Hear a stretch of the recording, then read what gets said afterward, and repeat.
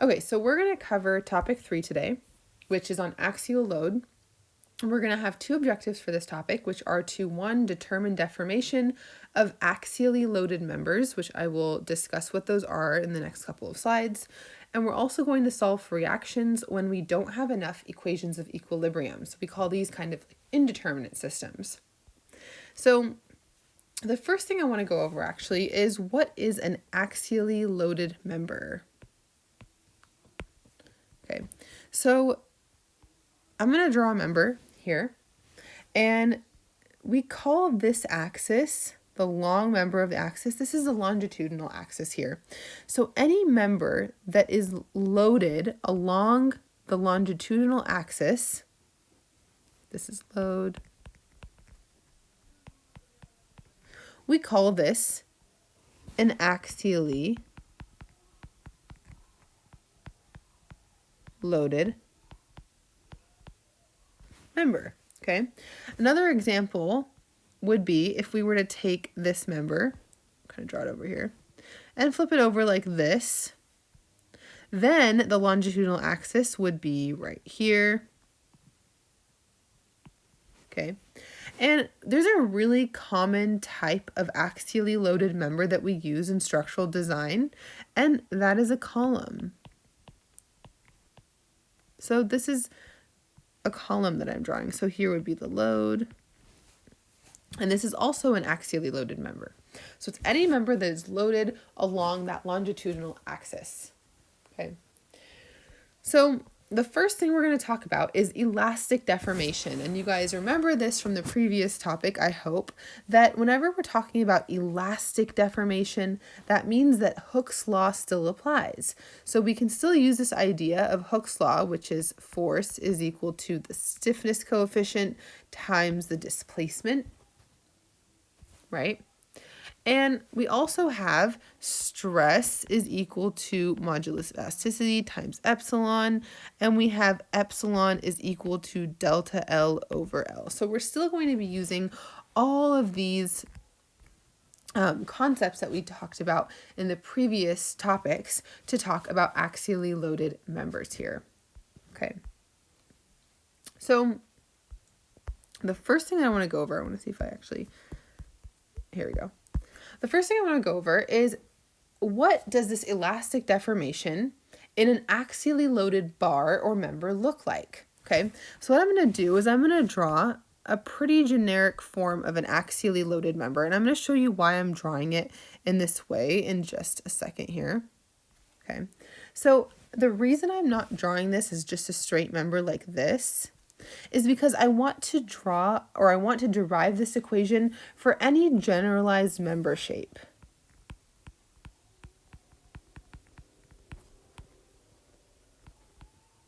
This here has just one cross-sectional area.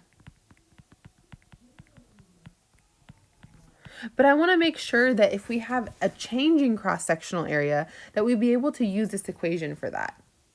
Okay, so what I want to do is, this is my member, and I want to apply load along this longitudinal axis here. So imagine I'm applying load, and I have some P, we'll call this P1 applied here. I have some force P2 applied here. And then throughout the cross-section, I have some axial force that develops inside, right? And what happens is when I pull on this member, it's going to elongate, right? It's going to elongate when I pull.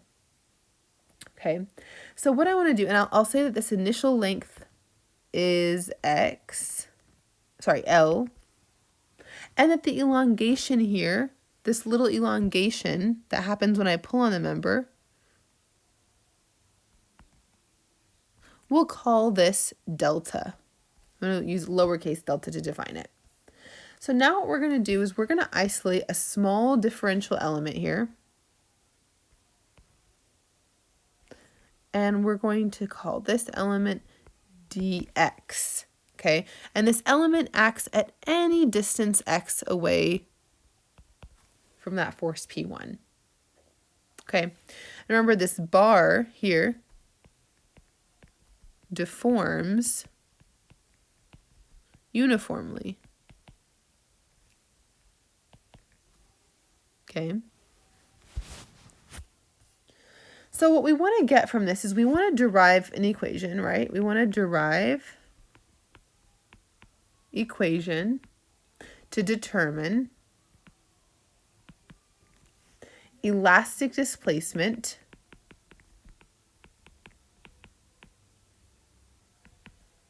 of a member subject to axial load. So we want to relate displacement to axial load. How can we figure out displacement if we know what the load is? So what we're going to do here, we've isolated this small differential element, and we're going to use the method of sections. Method of sections here to isolate this differential element dx. So what I'm going to do, let me see if I can just...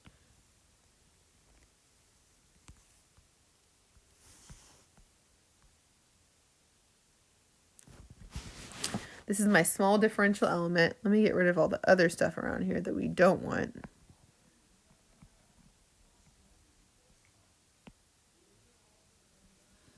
Okay. So now we've isolated this little element, and what happens is, because we've made these cuts, we have some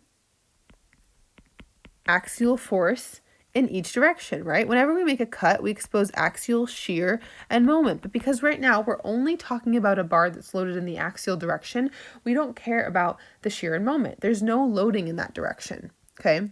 And the area here varies as a function of x. So this is my cross-sectional area. Okay.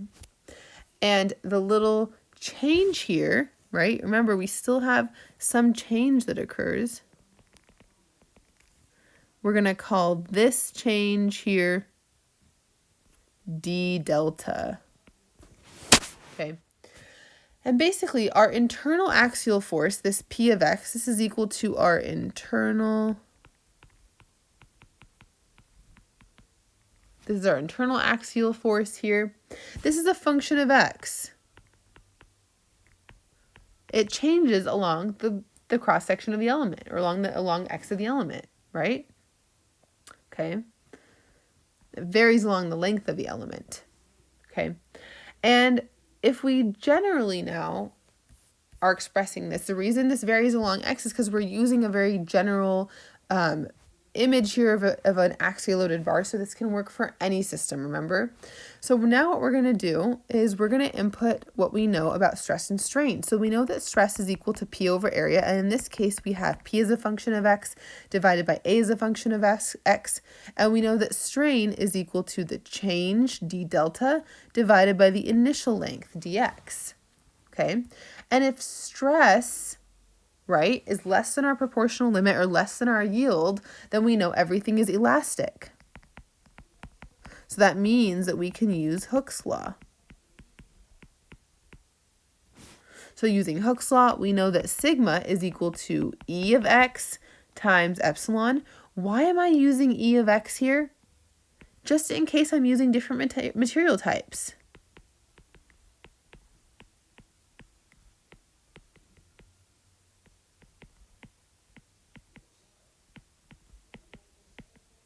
Okay, so this is a very general expression right now, but in case I have different material types, I know how to deal with that. So my next step here, I'm going to plug everything in. I get P of x over A of x is equal to E of x times d delta divided by dx. And I want to solve for d delta because I want a function of deformation. I want to know how much this system here, I want to know how much it gets longer if I apply this axial load, right? So d delta is equal to P of x dx divided by A of x E of x. Now I'm going to integrate over L to find delta.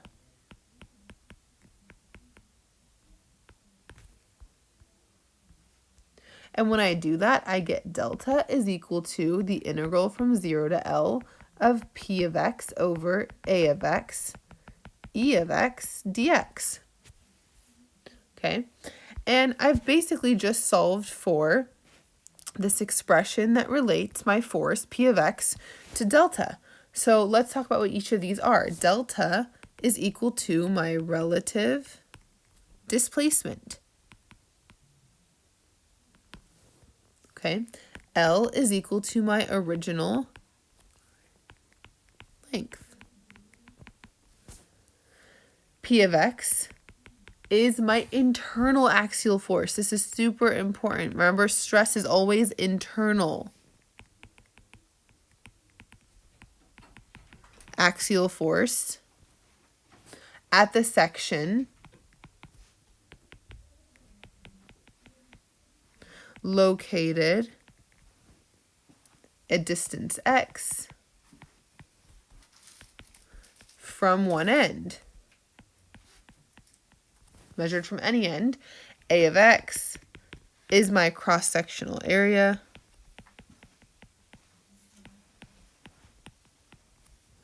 And E of X is the modulus of elasticity. Okay.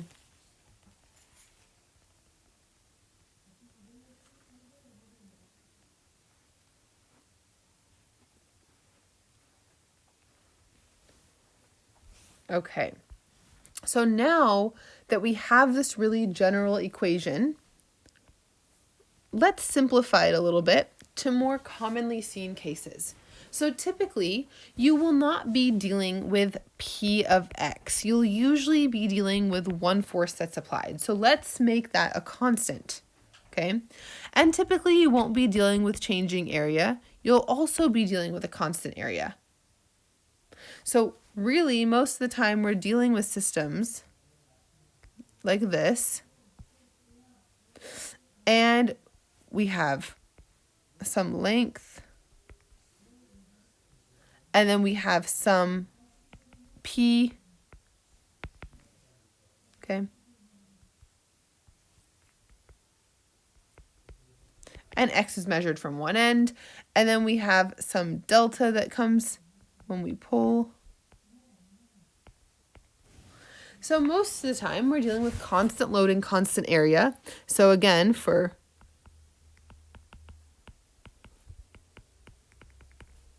constant, we can actually come up with delta is equal to PL over AE. And if I have multiple loadings, all I have to do is sum all of the PLs over AE. And this is the equation that I can use for that. Okay. This is a super important equation. This is our equation for elastic deformation of an axially loaded member. You guys will be using this equation a lot, so make sure that you kind of just really quickly remember it. Whenever you're asked for delta of an axially loaded bar, you can quickly just remember that it's PL over AE. Okay, and we just derived that. So with that, let us now try, actually before we get into an example, let's just do kind of an illustrative example to kind of understand this better. So let's say we have a bar here. Just gonna make this up. So let's say we have a bar here, and let's say we have some loading on the bar. So let's put a 5 kilonewton load here. And let's put a 7 kilonewton load here. And then let's add some point B here. And we'll add some point C here.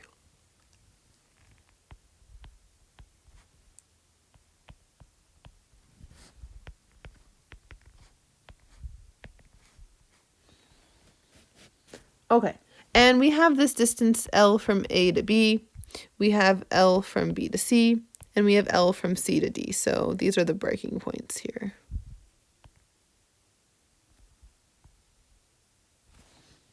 Okay, so what we want to do here, if we want to figure out what the P value is what is the force for each section? Okay, we have two options here on how to solve for this. So I want to kind of show you guys this. We have two options on how to solve for this. So we can either make cuts.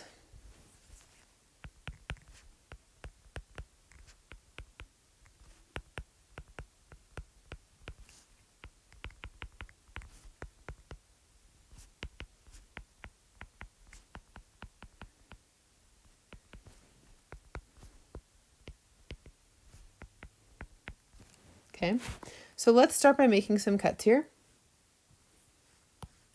We'd have to make one in each section.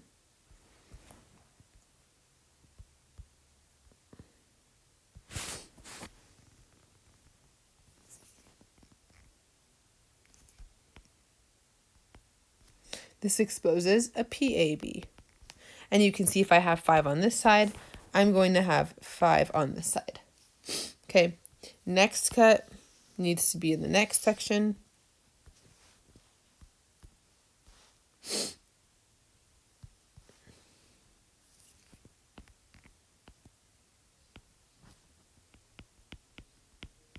You can see that's going to be a positive 8 from here, minus 5. So I end up getting PBC is equal to 3 kilonewtons. And then I can make one more cut. I'm going to go from this end this time so I don't have to include the rest of that.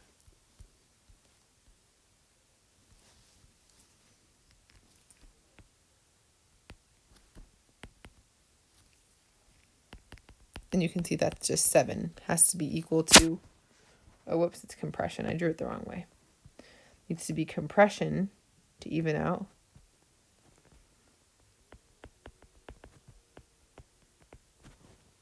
Okay, so that is one way to get all my internal forces. The other way is I can draw a load diagram.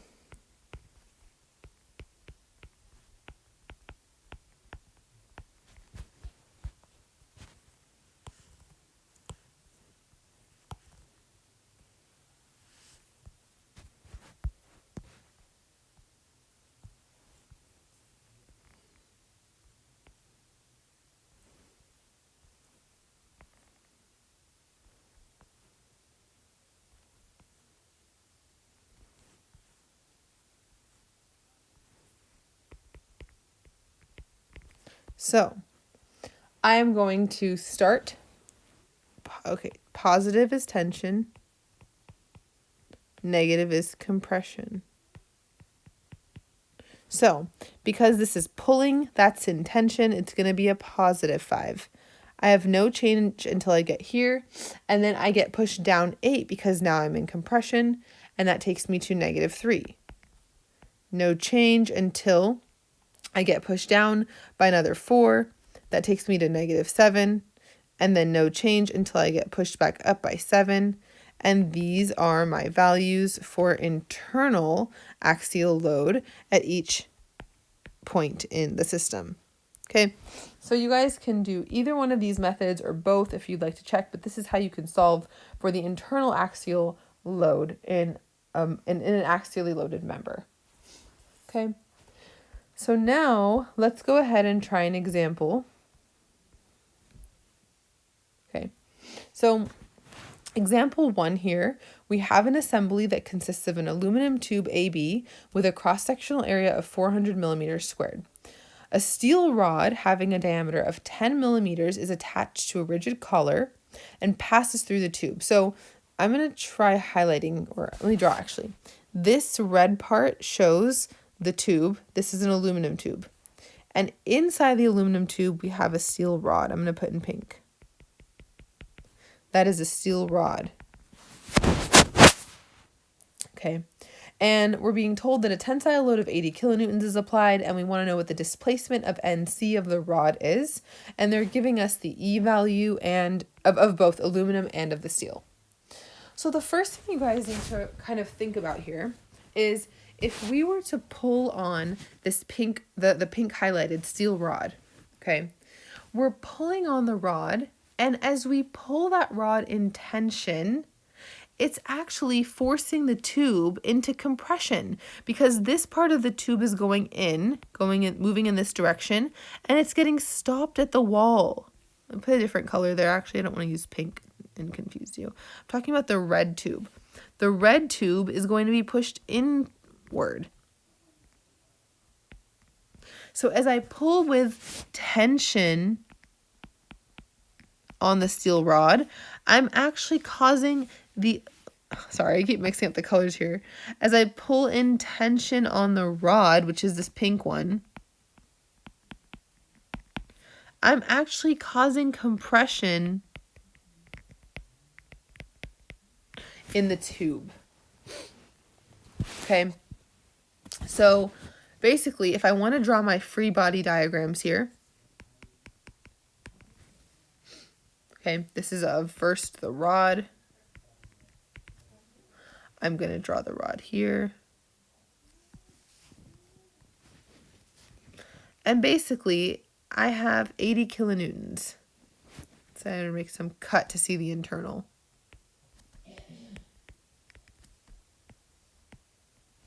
Tension of 80 kilonewtons. But that means that the tube, right, is being compressed by 80 kilonewtons.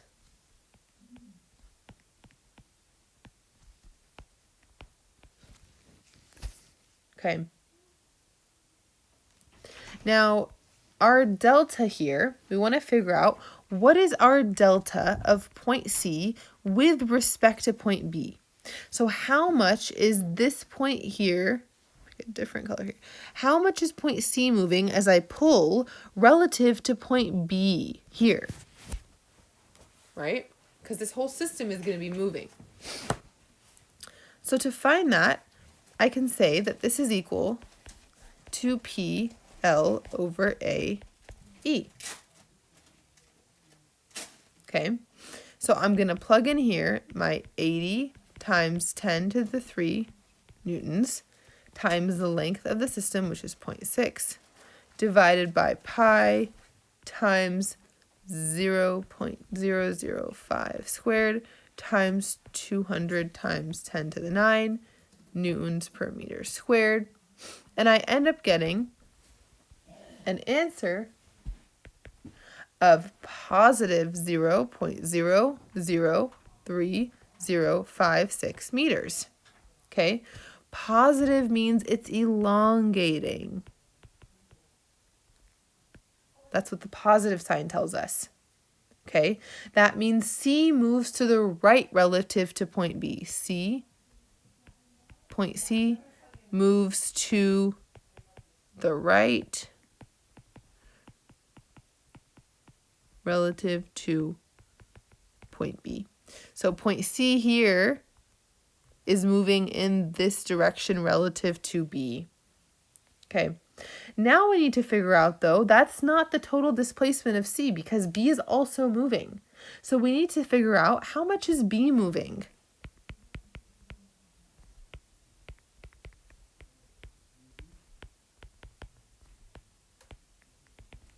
To find that, we can say delta of B relative to A. Why did I pick A?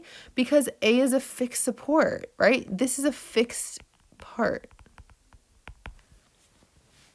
So I can use that fixed support to figure out how point B is actually moving. Okay, so I can still plug in PL over AE, and I can say that's equal to negative 80 times 10 cubed times 0.4 divided by 400 millimeters squared. I'm going to change this to meters. And times 70 times 10 to the 9 Newton per meter squared. And I end up getting negative 0.00143. Why did I put the negative here? Because the system is in compression. Okay. What does the negative sign mean here? It means that the system shortens. That tube is getting smaller. Okay.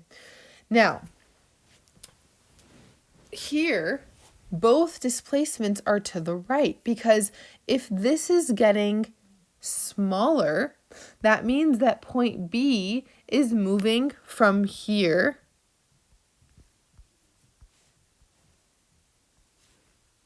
point B moves from here closer inward, so it's moving to the right.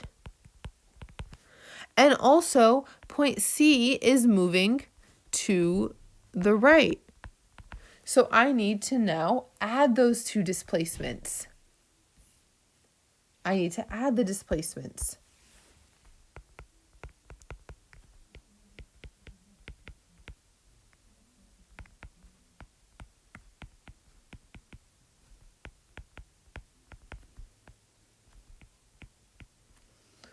All right. So my total delta C is equal to delta B plus delta of C with respect to B. And I end up getting 0.00143 plus 0.003056. And my total displacement delta C is 0.00420 meters, or delta C is 4.20 millimeters. Okay, let's go ahead and try another example here. So, example 2. Here we have a rigid beam AB that rests on two short posts. Okay. AC is made of steel and has a diameter that's given, and BD is made of aluminum and has a diameter of 40 that's also given. We want to determine the displacement of point F on AB if a vertical load of 90 kilonewtons is applied over this point. So we're trying to figure out how much this point here, F, moves downward but when it's pushed on by a 90 kilonewton force.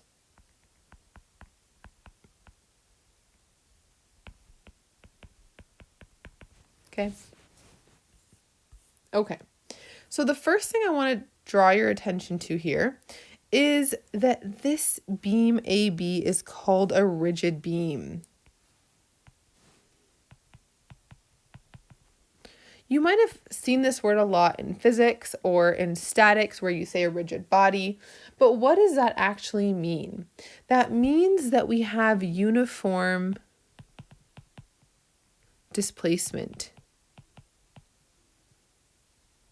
Okay, we don't have any deformation, any relative deformation of the system. So what you want to do is think of that member AB. It's not really moldable. It would act the same way that your pencil would act. So that system, just like your pencil, it's not easy to bend it. If you were to bend your pencil enough, it would just break.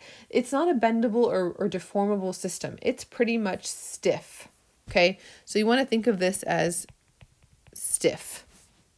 Okay, so really only the columns are moving up and down. And that's what moves the beam up. So what we want to figure out is what is the displacement of each side of the system here, right? So let's start by looking at the first post. How can we figure out the displacement? Well, we can say that delta of point A is equal to the axial load in AC, the length of AC, divided by the area of AC times the modulus of elasticity of steel. And we can say for the second post, really the same thing. Delta at B is equal to the force in BD, the length of BD, divided by the area of BD, E of now aluminum. So all we really have to do, we already know this, and this. We're just looking for the load. So we just have to do a little bit of statics now to figure out what the load, what that axial load in each member is. So I'm going to break this up over here.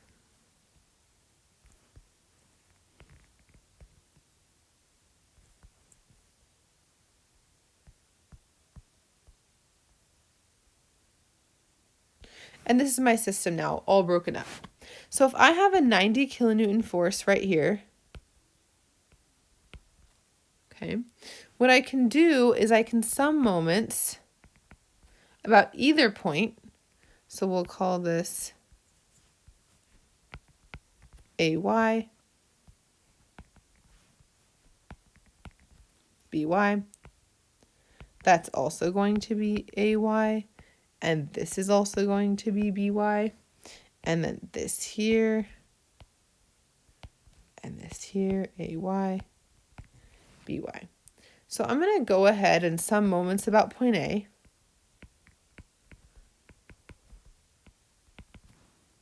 And I would get BY times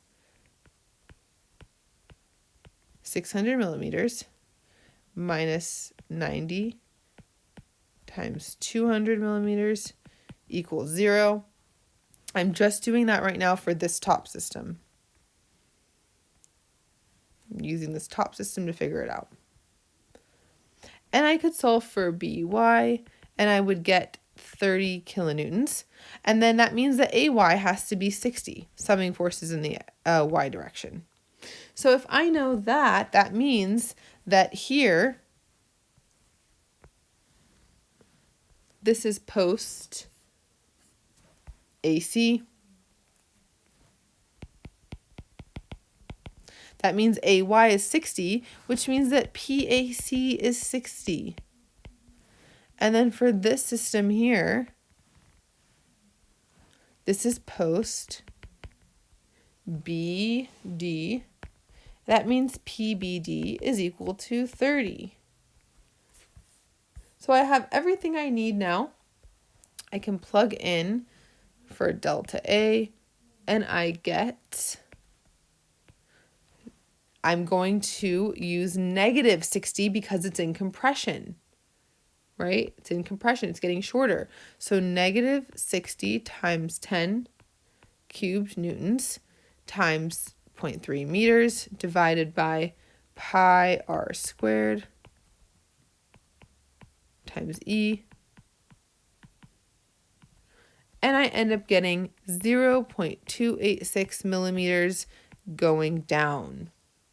Okay, I can do the same thing for B now, and it's also in compression, so negative 30 times 10 to the 3 newtons times 0.3 meters divided by pi times 0.02 squared times 70 times 10 to the 9 newtons per meter squared, and I end up getting 0.102 millimeters. I'm going to take the negative out and just put down. So now what I want to do is I want to draw a system, okay? I want to draw a system that helps me figure out what the displacement at point F is, because I know what it is at A and I know what it is at B.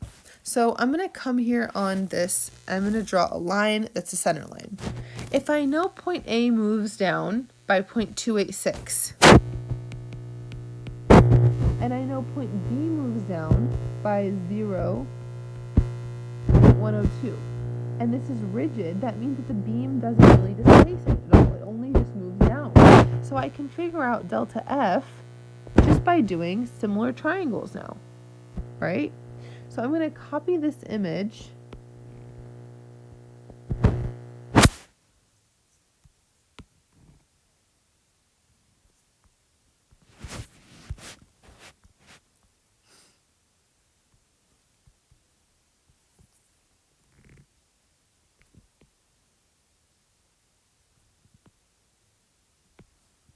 Make it a little darker. Okay, so do you guys see, I'm going to put this in green here. This whole green length, this is the delta F I'm looking for, right? And I know that from here to here, this has to be the 0.102, which means from here to here, this has to be 0.286 minus 0.102, which is equal to 0.184.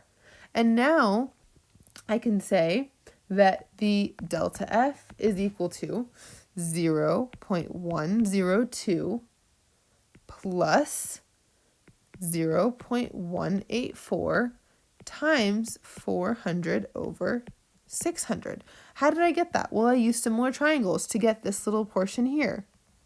So what that's telling me is this triangle, let me do this in this color. This triangle here is equivalent to this triangle here. So 0.184 is to 600 as that little portion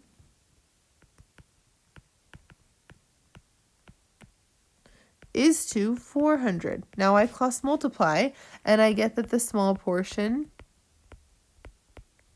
is 0.184 times 400 over 600, and that's why I'm plugging in this right there. So if I solve for all of this, I end up getting that delta F is equal to 0.225 millimeters going down.